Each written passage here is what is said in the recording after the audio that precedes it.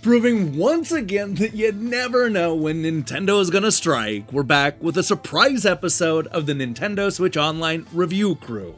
That's because the expansion pack owners are now able to download 3 of Sega's classic 16-bit games, including the 3D launch title Space Harrier II, tactical role-playing great Shining Force 2, and the always entertaining and incredibly timely Sonic the Hedgehog Spinball. But here's the question. Are any of these games worth playing? In order to answer that question, I decided to flip through the pages of Electronic Gaming Monthly, Machines Sega, GamePro, and more classic magazines to see what critics said about these games when they first came out. Come, join me for another jam-packed episode of Nintendo Switch Online Review Crew.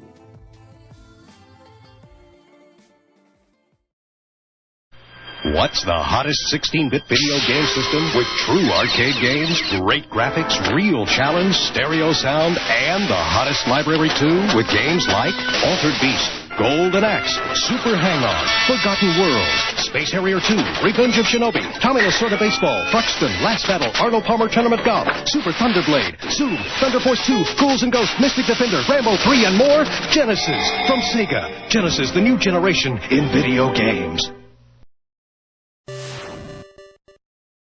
For a system that struggled with scaling and rotation effects, the Genesis launched with 2 high-profile 3D shoot-'em-ups. You had the more realistic take with Super Thunderblade, as well as the fantastical journey that is Space Harrier II. The critics preferred the latter over the former, though not by much. This was a 16-bit follow-up to Space Harrier 3D on the Master System, as well as the 1985 arcade original. It offered impressively detailed sprites, a bunch of new bosses, and the same old trippy stages that you've come to know and love from the first 2 games. But even with these enhancements, critics were largely indifferent to this launch game. Electronic Gaming Monthly's Steve liked the presentation, but complained that instead of throwing in some new features, Sega has done little more than rewrite the original using the advanced graphics and sound of the Genesis. Not bad, but it could have been better.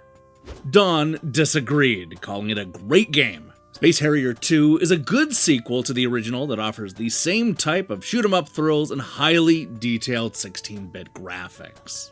Aside from EGM, all the other reviews I could find for Space Harrier II came from the UK. You saw Sega Pro give it a so-so score of 63%, and Machines Sega go as high as 76%, which I might add is also the highest score that I could find. Now, if you're curious about the lowest score, that belongs to Sega Force, who concluded that this will appeal to die-hard fans of the coin-op, but all-round shooty fans can find better for their money. The most baffling review I could find was from Raze, who basically just recounts the Space Harrier II story in the text. They raved about the graphics and playability, but complained that the sounds didn't stack up. And I guess because of that, the game scored a 60%?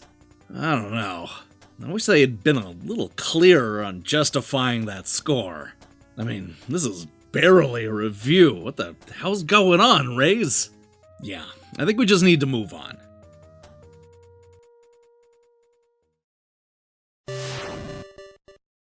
"1994 was a weird time for role-playing games, especially for those of the tactical persuasion.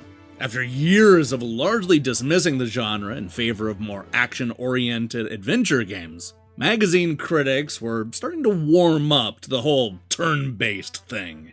You can see this very dynamic play out in the reviews of Shining Force 2. Half of the critics loved it, going as far as to give it near-perfect scores, while the other half were quick to dismiss the RPG, complaining that it's not their thing. Had Shining Force 2 come out only a year or 2 later, you likely would have seen at least a point or 2 added to some of the lower scores. A good example of this is GamePro, who gave Shining Force 2 a middle-of-the-road 3 out of 5. They concluded that this RPG is too familiar. The cuteness and elvishness of this game will really annoy you after a while, and that's not the half of it. The game progresses at a pace that would slow the Roadrunner down. If you're looking for something special in the Genesis RPG arena, don't use the Force, Luke.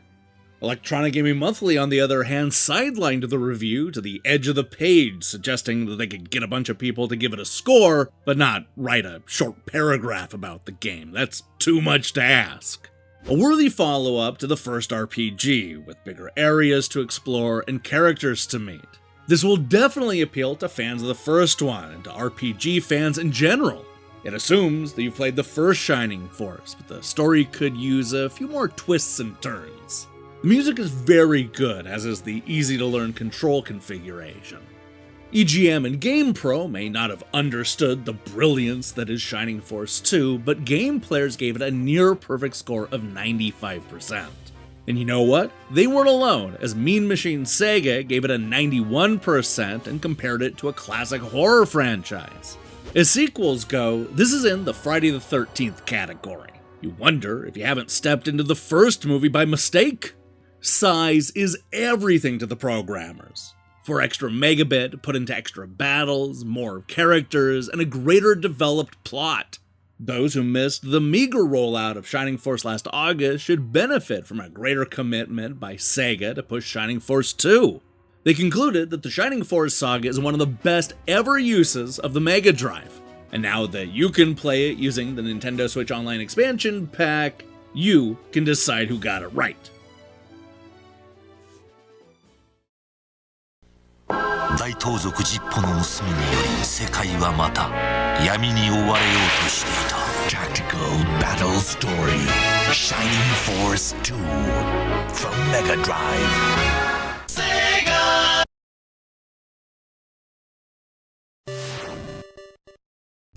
From the moment we first saw Sonic bouncing around like a pinball in the casino night zone, gamers everywhere had the exact same idea. Why not put the blue hedgehog in a pinball game? Released in 1993, Sonic the Hedgehog Spinball is one of those concepts that sounds great on paper, but somehow underwhelms as an actual video game. That's not to say that the game is necessarily bad, but as you'll see from these reviews, the critics were let down by the squandered potential. The most generous review I could find came from GamePro, who gave Spinball a high score of 4.5 out of 5. You'll be going back for more if you lose, and you'll definitely find yourself playing over and over again, even if you beat the game. As for the little blue hedgehog, hey, he's rolled up in a ball most of the time, so put the spin on Sonic. The EGM editors were a lot less forgiving of some of the game's faults, with Al giving it a score of 6 out of 10 and complaining that, on the downside, the graphics don't appear sharp and the sound was unimpressive. At times, it's hard to get into some areas of the pinball, and you'll end up going around in circles. If you watched our EGM ranked Sonic the Hedgehog video, then you already know that the game came in 26th place out of 43. Yeah, not great. Now, when it comes to the UK magazines, the scores and opinions are largely in lockstep. Spinball got an 82% from Sega Magazine, as well as an 83% from Mega. Machines Sega came in the lowest of the three, but just barely. With a score of 81%, they liked it, but complained that there wasn't enough of the game. Once you're really into the game, it's all over. Yes, the levels are quite large, but there are only 4 of them, with the game complete in a week. At £50, it's just not worth the cash. Dragon's Fury remains the definitive pinball sim, making that the preferred game in the office. Of all the reviews published back in the 1990s, it was Die-Hard Game Fan who sounded the most annoyed by the game. There's not much Sonic about Sonic Spinball.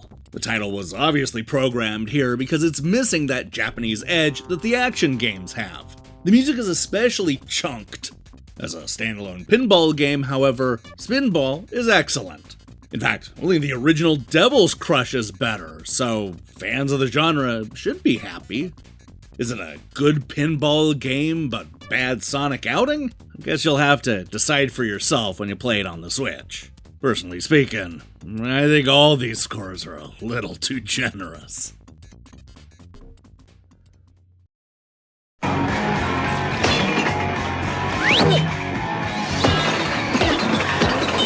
This is what it feels like. It's Sonic. It's Pinball. It's new Sonic Spinball. It's faster.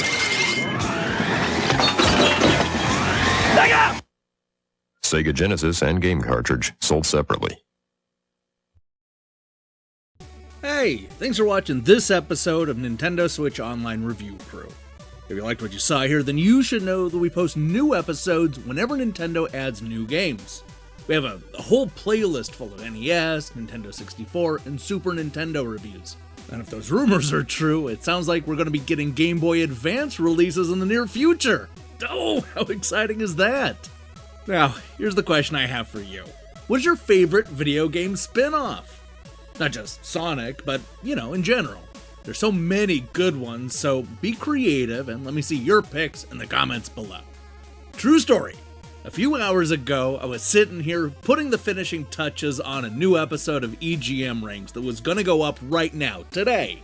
But then I made the mistake of glancing over at Twitter and I saw that Nintendo added 3 new games, so I scrapped that. And I spent the last few hours scrambling to get this episode up.